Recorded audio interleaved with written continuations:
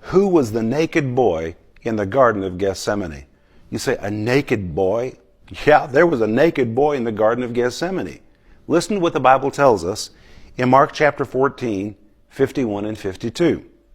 And there followed him a certain young man having a linen cloth cast about his, listen to this, naked body.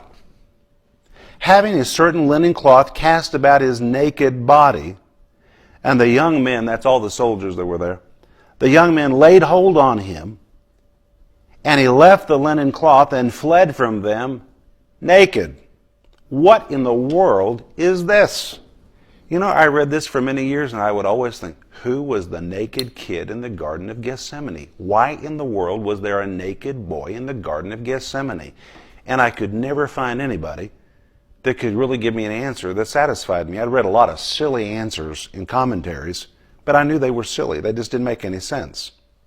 So when I began to write Sparkling Gems from the Greek, I decided that I was going to look at this phrase, linen cloth. And do you know what I found out?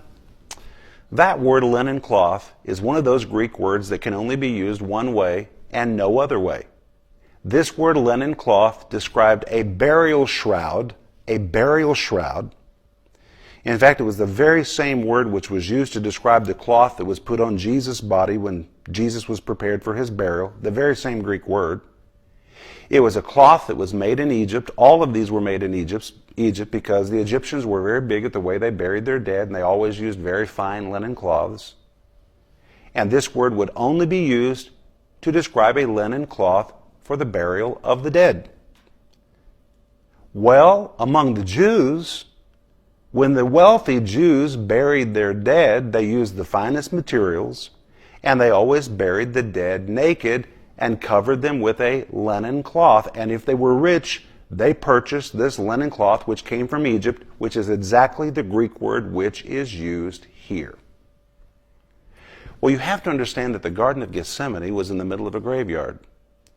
In fact, it's one of the oldest burial sites in all of Jerusalem. It's a holy site. It is still a holy site. There are graves that go all the way up to the top of that mountain because they believe that whoever's built on the side of that mountain will rise first in the resurrection.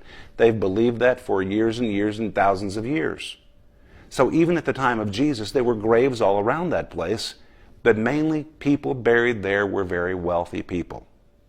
Well, on that night, when Jesus said, "I am He," and so much power was released with His words that it knocked 300 to 600 soldiers back onto the ground, that same power reached over and touched a little boy that had just been laid in his grave. He's a naked boy with a linen cloth brought from Egypt. It is a burial shroud, and suddenly that boy comes crawling out of his grave, raised from the dead, and just as they're about to arrest Jesus, this resurrected boy carrying his burial shroud comes walking into the middle of this event and says, "Anybody know what's going on?"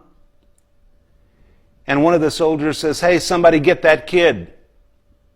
Because the last thing they need at this moment is another story of another resurrection. Stop him, get him. They reached out, tried to seize him, and the Bible says he fled from them naked. All they ended up with was his burial shroud.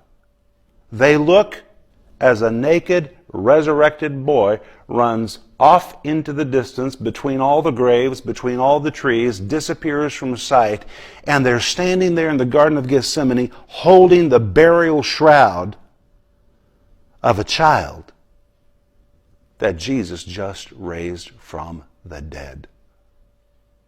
It was an accidental resurrection. Jesus didn't even intend to do it. There was just so much power and demonstration that it touched this dead child, and he came crawling out of his grave. That's how much power was working in the Garden of Gethsemane, and that's why it was impossible for them just to take Jesus and arrest him. He knocked the soldiers flat. He healed